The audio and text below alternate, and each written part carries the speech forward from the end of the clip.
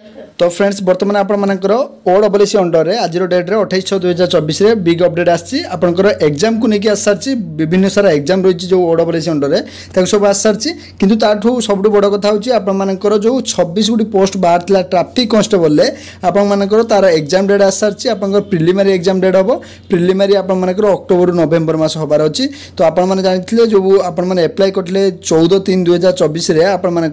यही वर्ष से आपर ट्राफिक कांस्टेबल 26 गुटी पोस्ट होता तार प्रिलिमिनारी एग्जाम आप अक्टोबर नवेम्बर मास हबार होगा जाऊँगी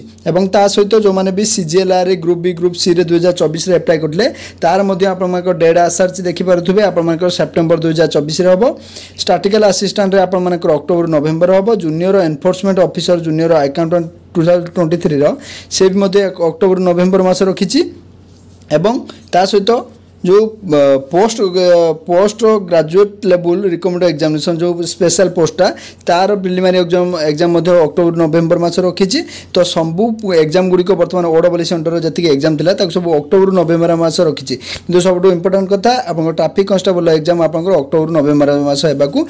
जो मैंने भी एप्लाय कर निश्चित भल भाव प्रिपेयर हे आ पूर्व आप रिजेक्ट लिस्ट आसाला डिटेल्स सबकि आसारी जो मैंने भी एप्लाय करते तार एग्जाम होगा जाऊँगी अक्टोबर नवेम्बर मास जो मैंने भी एप्लाय करते भल भाव प्रिपेयर हे